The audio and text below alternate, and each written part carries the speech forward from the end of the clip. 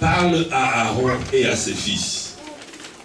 Vous bénirez ainsi les enfants d'Israël. Vous leur direz que l'Éternel te bénisse et qu'il te garde.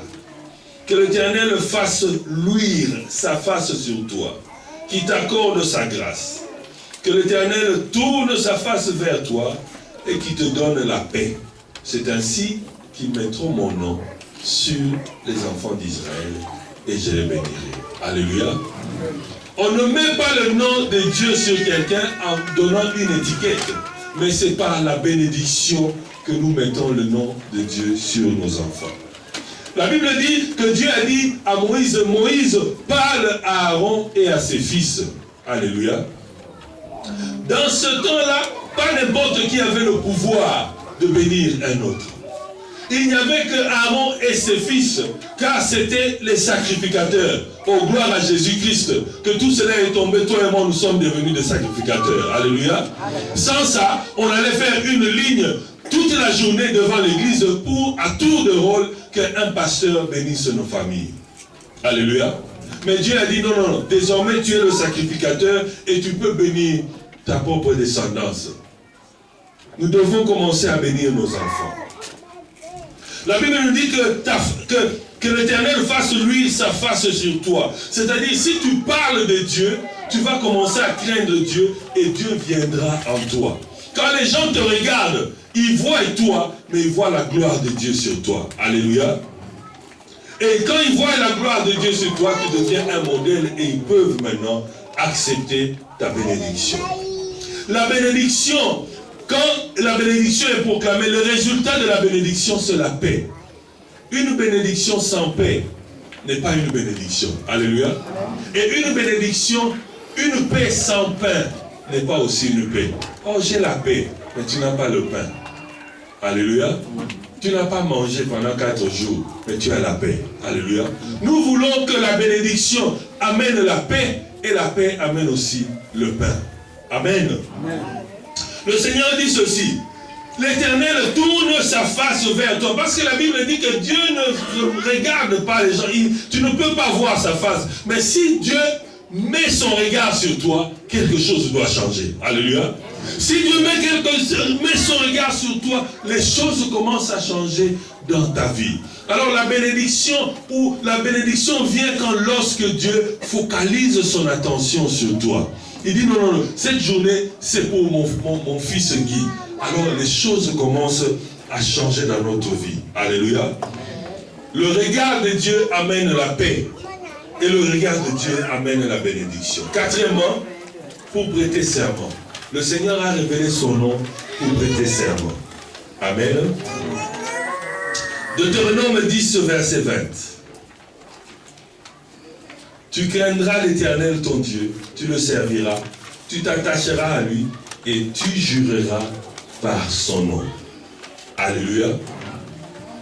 Il y avait des pratiques dans l'ancien temps où les gens, lorsqu'ils disaient quelque chose, il fallait un témoin pour confirmer la chose.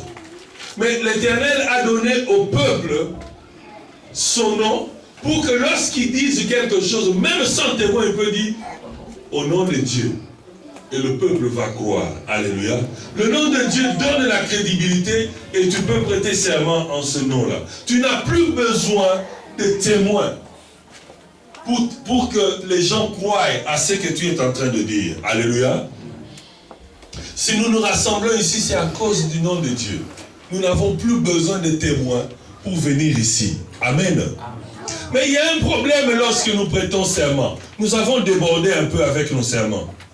Lorsque quelque chose ne va pas, on dit, ah, vraiment, Dieu ma mère. Alléluia. Pour te faire croire. Amen. Amen. Il y a un problème. Et parlons un peu de mauvaise utilisation du nom de Dieu. Vous savez, moi j'aime beaucoup les voleurs.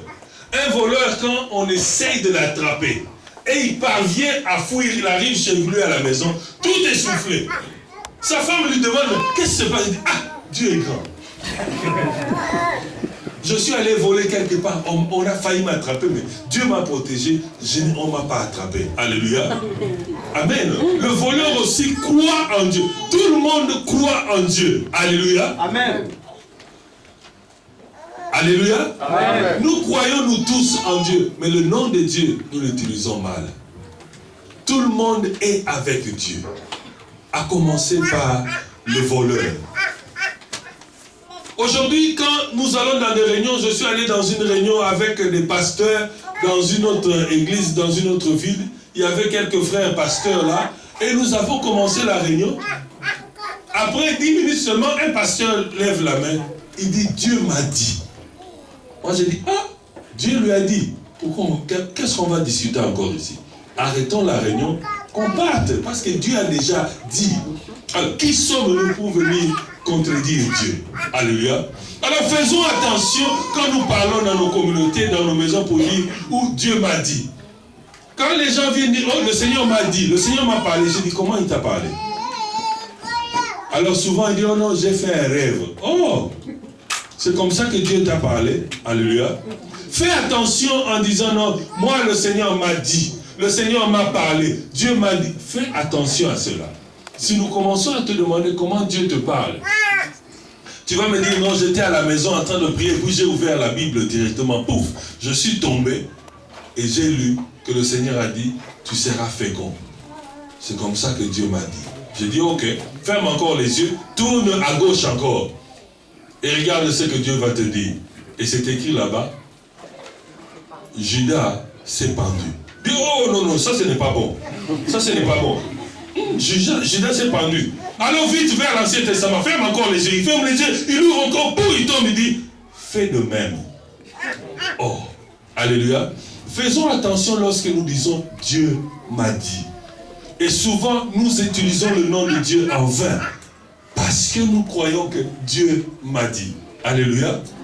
Plusieurs personnes ont eu le même rêve sur ce frère-là. Vous connaissez l'histoire, non? Il y avait une église au Congo où les filles rêvaient les hommes. Une belle église et plusieurs personnes avaient le rêve d'un même mari. Alors la sœur est venue dire, Dieu m'a dit que c'est cette sœur, que c'est ce frère qui va être mon mari.